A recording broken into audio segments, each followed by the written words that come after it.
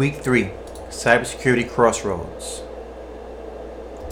We'll compare 3 areas within cybersecurity, but there are many more, such as auditing, governance, risk, compliance, assurance, intelligence, investigations, threat management, Internet of Things, big data, and legal, just to name a few.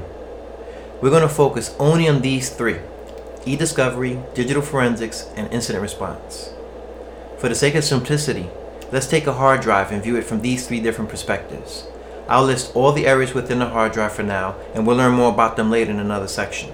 Anyway, the areas on a hard drive are the host protected area, active files which include the operating system, applications, user created files, metadata, deleted files, slack space, unused space, and unallocated space. eDiscovery sees this hard drive from a given set criteria that may include date range, custodial information, and keywords of active files. One of the purposes of eDiscovery is to narrow down the data set to a point of relevance. For example, a typical 500 gig hard drive contains 980,000 active files. After applying the set criteria, only 15 files are relevant. Through the graphic user interface, they ingest, process, produce, and report on the data. They are classified as power users because they mastered the use of an eDiscovery software package. Digital forensics sees this from a post-incident or reactive perspective, having to search all the possible hard drive areas previously mentioned.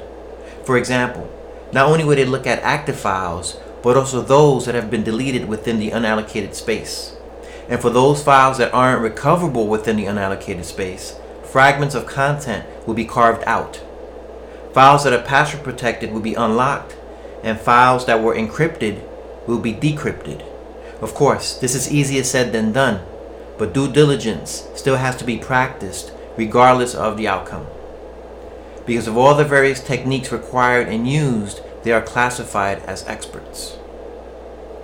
Incident response sees this hard drive from a specific real-time or proactive perspective because of a virus or malware that was detected on a computer. To minimize other machines from getting infected on the network, they have to figure out what files on a computer or in memory are responsible for the malware, and because this requires a specialized skill set, they are classified as experts as well. The mining technique that's used by eDiscovery is data gathering, as most of the time they know exactly what they're looking for and taking steps to narrow down the data. In digital forensics and incident response, normally they don't know what they're looking for, so they have to look into all the possibilities and therefore follow an investigative process, and thus have to dig for the data.